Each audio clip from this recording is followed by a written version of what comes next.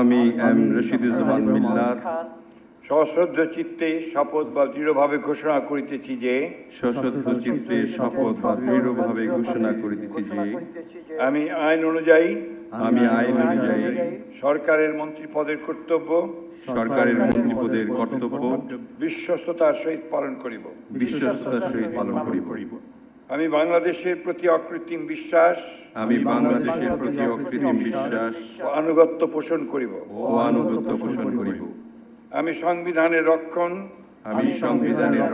সমর্থন ও নিরাপত্তা বিধান করিব।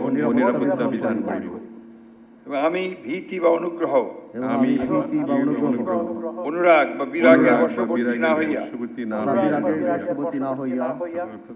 সকলের প্রতি আইন অনুযায়ী যথাবিহিত আচরণ করিব।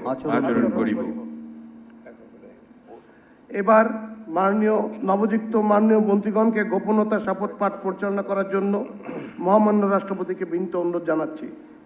আমি রশিদুজ্জামান মিল্লাত সশ্রদ্ধ চিত্তে শপথ বা ঘোষণা দৃঢ়ভাবে ঘোষণা করিতেছি যে সরকারের মন্ত্রী রূপে যে সকল বিষয় আমার বিবেচনার জন্য আনিত হইবে বা যে সকল বিষয় আমি অবগত হইব তা মন্ত্রী রূপে যথাযথভাবে আমার কর্তব্য পালনের প্রয়োজন ব্যতীত প্রত্যক্ষ বা পরোক্ষভাবে কোনো ব্যক্তিকে জ্ঞাপন করিব না বা কোনো ব্যক্তির নিকট প্রকাশ করিব না।